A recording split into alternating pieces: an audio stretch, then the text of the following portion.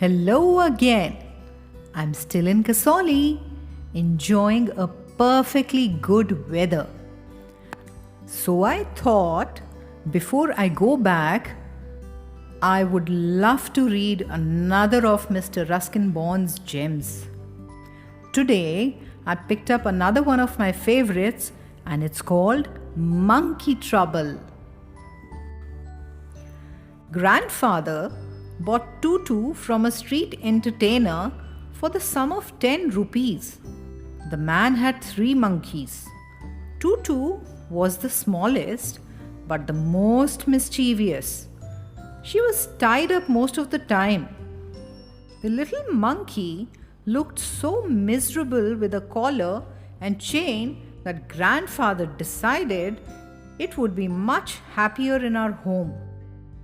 Grandfather had a weakness for keeping unusual pets. It was a habit that I, at the age of 8 or 9, used to encourage. Grandmother at first objected to having a monkey in the house. "You have enough pets as it is," she said, referring to grandfather's goat, several white mice, and a small tortoise. "But I don't have any," I said. "You're wicked enough for 2 monkeys. One boy in the house is all I can take." "Ah, but Tutu isn't a boy," said grandfather triumphantly. "This is a little girl monkey."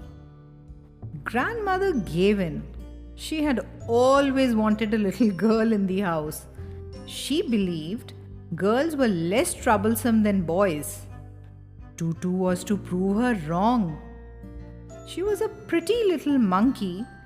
Her bright eyes sparkled with mischief beneath deep-set eyebrows, and her teeth, which were a pearly white, were often revealed in a grin that frightened the wits out of Aunt Ruby, whose nerves had already suffered from the presence of grandfather's pet python.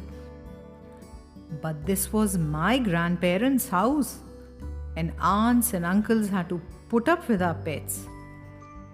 Tutu's hands had a dried up look, as though they had been pickled in the sun for many years.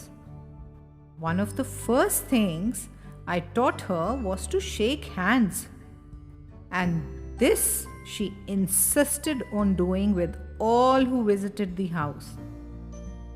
Peppery Major Malik would have to stoop and shake hands with Tutu before he could enter the drawing room. Otherwise, Tutu would climb onto his shoulder and stay there, roughing up his hair and playing with his mustache. Uncle Benji could not stand any of our pets and took a particular dislike to Tutu, who was always making faces at him. But as Uncle Benji was never in a job for long and depended on grandfather's good-natured generosity, he had to shake hands with Tutu like everyone else. Tutu's fingers were quick and wicked, and her tail, while adding to her good looks, grandfather believed a tail would add to anyone's good looks, also served as a third hand. She could use it to hang from a branch, and it was capable of scooping up any delicacy that might be out of reach of her hands.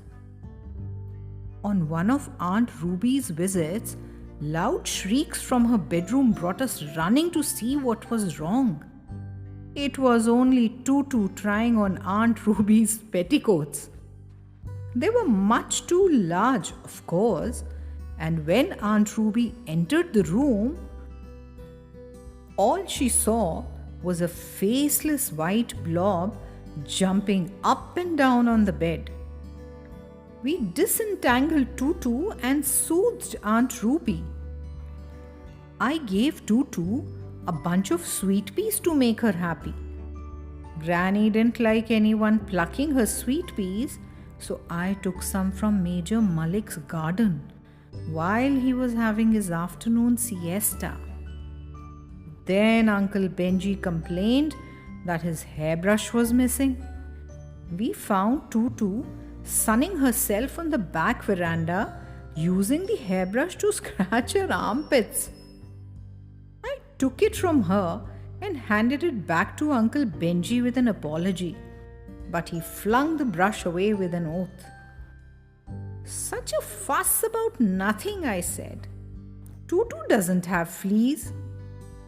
No, and she bathes more often than Benji, said grandfather, who had borrowed Aunt Ruby's shampoo to give Tutu a bath. All the same, grandmother objected to Tutu being given the run of the house. Tutu had to spend her nights in the outhouse in the company of the goat. They got on quite well, and it was not long before Tutu was seen sitting comfortably on the back of the goat, while the goat roamed the back garden in search of its favorite grass.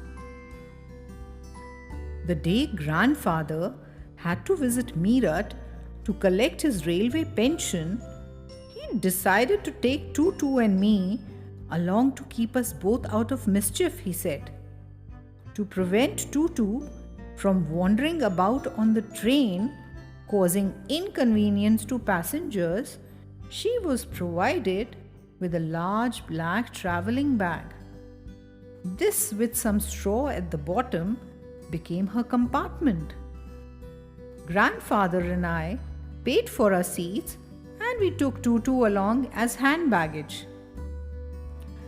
There was enough space for Tutu to look out of the bag occasionally and to be fed with bananas and biscuits, but she could not get her hands through the opening, and the canvas was too strong for her to bite her way through. Tutu's efforts to get out only had the effect of making the bag roll about on the floor or occasionally jump into the air. An exhibition that attracted a curious crowd of onlookers at the Dera and Meerut railway stations. Anyway, Tutu remained in the bag as far as Meerut. But while grandfather was producing our tickets at the turnstile, she suddenly poked her head out of the bag and gave the ticket collector a wide grin. The poor man was taken aback, but with great presence of mind and much to grandfather's annoyance, he said, "Sir, you have a dog with you? You'll have to buy a ticket for it." "It's not a dog," said grandfather.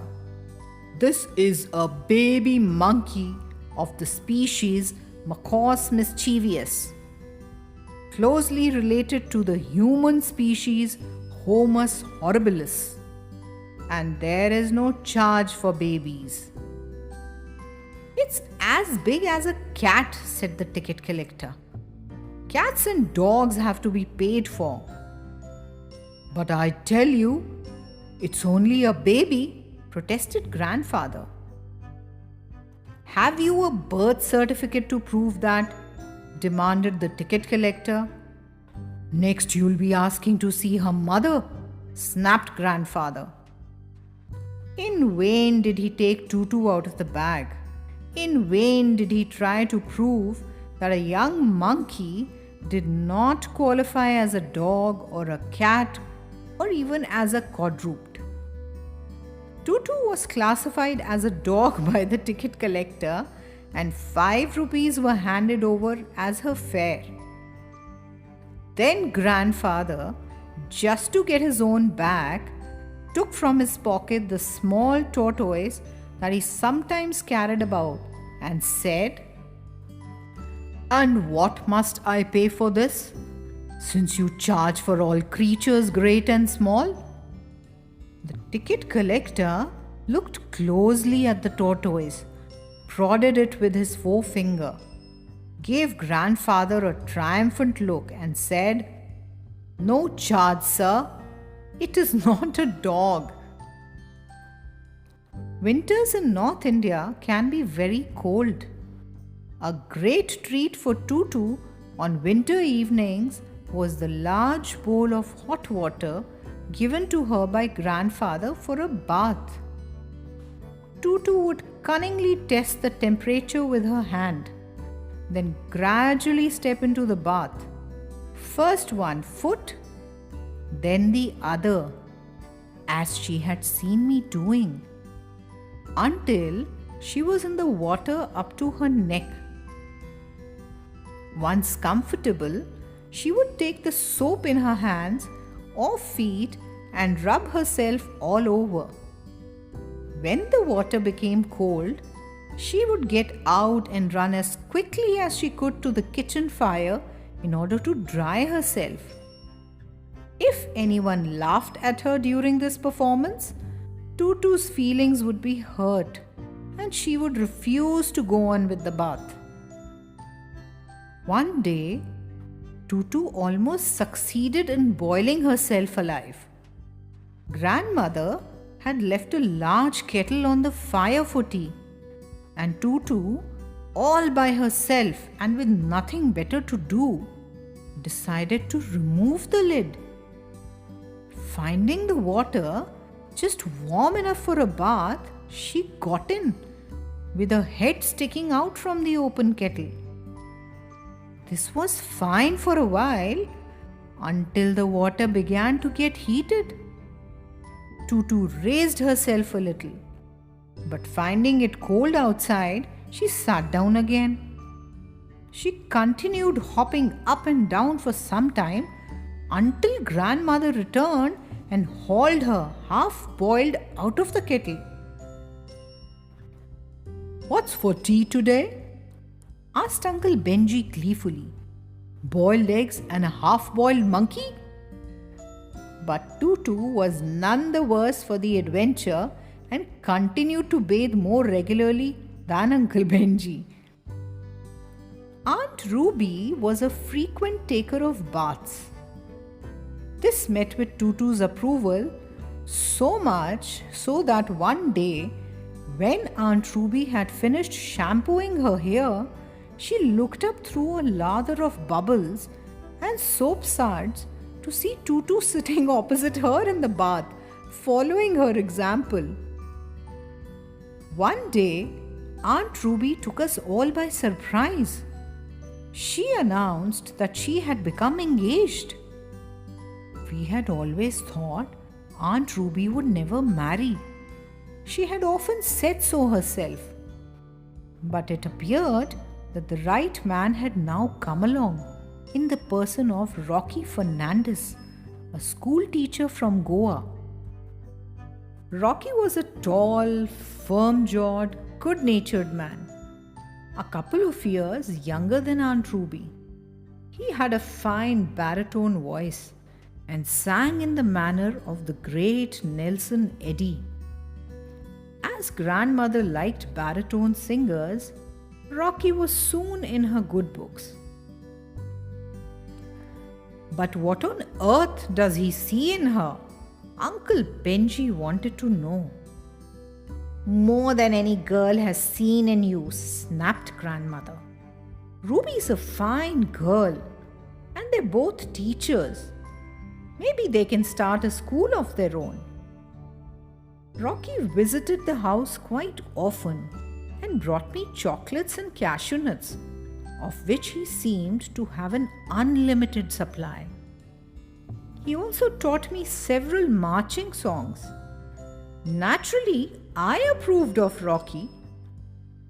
Aunt Ruby won my grudging admiration for having made such a wise choice. One day, I overheard them talking of going to the bazaar to buy an engagement ring. I decided I would go along too. But as Aunt Ruby had made it clear that she did not want me around, I decided that I had better follow at a discreet distance. Tutu, becoming aware that a mission of some importance was underway, decided to follow me. But as I had not invited her along, she too decided to keep out of sight. Once in the crowded bazaar, I was able to get quite close to Aunt Ruby and Rocky without being spotted. I waited until they had settled down in a large jewelry shop before sauntering past and spotting them, as though by accident. Aunt Ruby wasn't too pleased at seeing me, but Rocky waved and called out, "Come and join us. Help your aunt choose a beautiful ring."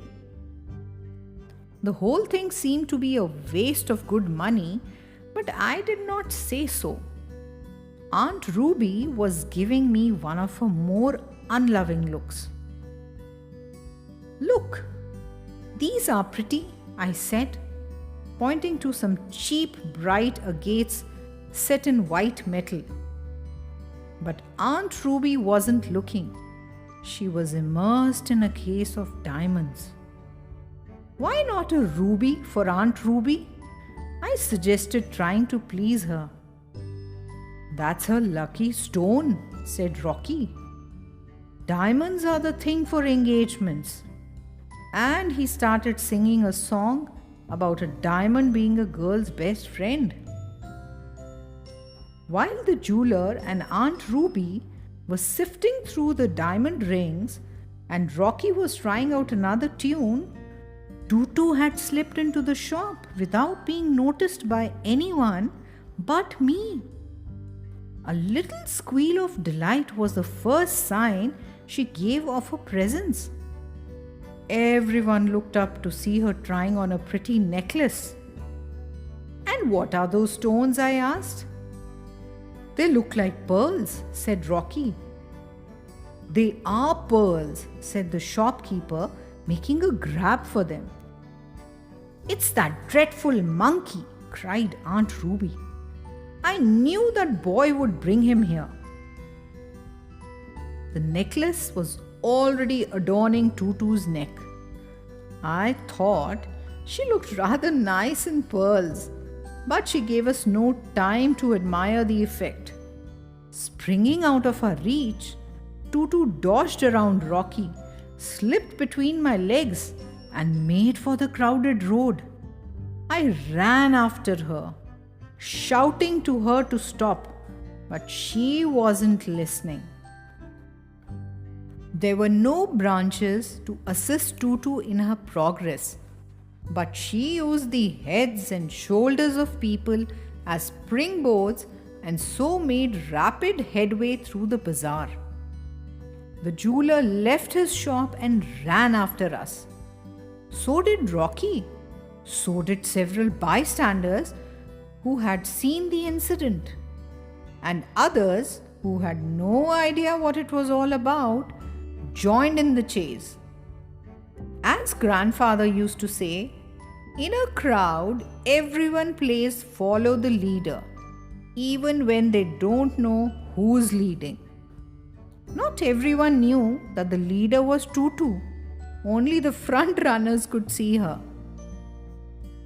She tried to make her escape speedier by leaping onto the back of a passing scooterist. The scooter swerved into a fruit stall and came to a standstill under a heap of bananas, while the scooterist found himself in the arms of an indignant fruit seller. Tutu peeled a banana and ate part of it before deciding to move on. From an awning, she made an emergency landing on a washerman's donkey. The donkey promptly panicked and rushed down the road, while bundles of washing fell by the wayside. The washerman joined in the chase. Children on their way to school decided that there was something better to do than attend classes. With shouts of glee, they soon overtook their panting elders. Tutu finally left the bazaar and took a road leading in the direction of her house. But knowing that she would be caught and locked up once she got home, she decided to end the chase by ridding herself of the necklace. Deftly removing it from her neck, she flung it in the small canal that ran down the road. The jeweler with a cry of anguish, plunged into the canal. So did Rocky. So did I. So did several other people, both adults and children. It was to be a treasure hunt. Some 20 minutes later, Rocky shouted, "I've found it!" Covered in mud, water lilies, ferns, and tadpoles, we emerged from the canal. And Rocky presented the necklace to the relieved shopkeeper. Everyone trudged back to the bazaar to find Aunt Ruby waiting in the shop, still trying to make up her mind about a suitable engagement ring. Finally, the ring was bought, the engagement was announced, and a date was set for the wedding. "I don't want that monkey anywhere near us on our wedding day," declared Aunt Ruby. "We'll lock her up in the outhouse," promised Grandfather. "And we'll let her out only after you've left for your honeymoon."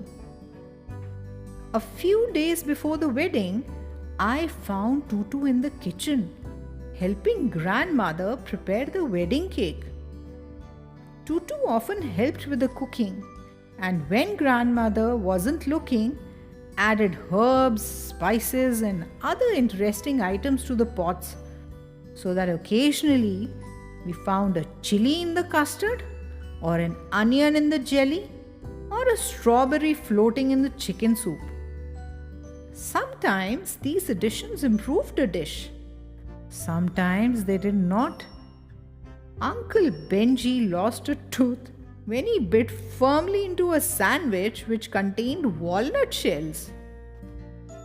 I'm not sure exactly what went into that wedding cake when Grandmother wasn't looking. She insisted that Tutu was always very well behaved in the kitchen. But I did spot Tutu stirring in some red chili sauce, bitter gourd seeds, and a generous helping of eggshells. It's true that some of the guests were not seen for several days after the wedding, but no one said anything against the cake. Most people thought it had an interesting flavor. The great day dawned, and the wedding guests made their way to the little church that stood on the outskirts of Dera, a town with a church, 2 mosques, and several temples. I had offered to dress Tutu up as a bridesmaid and bring her along, but no one except Grandfather thought it was a good idea. So I was an obedient boy and locked Tutu in the outhouse. I did, however, leave the skylight open a little. Grandmother had always said that fresh air was good for growing children, and I thought Tutu should have her share of it. The wedding ceremony went without a hitch. Aunt Ruby looked a picture, and Rocky looked like a film star. Grandfather played the organ and did so with such gusto that the small choir could hardly be heard. Grandmother cried a little. I sat quietly in a corner with the little tortoise on my lap. When the service was over, we trooped out into the sunshine and made our way back to the house for the reception. The feast had been laid out on tables in the garden. As the gardener had been left in charge, everything was in order. Tutu was on her best behavior. She had, it appeared, used the skylight to avail of more fresh air outside, and now sat beside the 3-tier wedding cake, guarding it against crows, squirrels, and the goat. She greeted the guests with squeals of delight. It was too much for Aunt Ruby. She flew at Tutu in a rage, and Tutu, sensing that she was not welcome, leapt away, taking with her the top tier of the wedding cake. Led by Major Malik, we followed her into the orchard, only to find that she had climbed to the top of the jackfruit tree. From there, she proceeded to pelt us with bits of wedding cake. She had also managed to get hold of a bag of confetti, and when she ran out of cake, she showered us with confetti. "That's more like it," said the good-humored Rocky. "Now let's return to the party, folks." Uncle Benji remained with Major Malik, determined to chase Tutu away. He kept throwing stones into the tree until he received a large piece of cake bang on his nose. Muttering threats, he returned to the party, leaving the Major to do the battle. When the festivities were finally over, Uncle Benji took the old car out of the garage and drove up the veranda steps. He was going to drive Aunt Ruby and Rocky to the nearby hill resort of Mussoorie, where they would have their honeymoon. Watched by family and friends, Aunt Ruby climbed into the back seat. She waved regally to everyone. She leant out of the window and offered me her cheek, and I had to kiss her farewell. Everyone wished them luck. As Rocky burst into song, Uncle Benji opened the throttle and stepped on the accelerator. The car shot forward in a cloud of dust. Rocky and Aunt Ruby continued to wave to us. And so did Tutu from her perch on the rear bumper. She was clutching a bag in her hands and showering confetti on all who stood in the driveway. "They don't know Tutu's with them," I exclaimed. "She'll go all the way to Mussoorie. Will Aunt Ruby let her stay with them?" "Tutu might ruin the honeymoon," said Grandfather, "but don't worry, our Benji will bring her back." Wow! Now that indeed was a special pet. Dear sweet peas, do you have somebody like Tutu at home? That's all from Kasoli. Take care.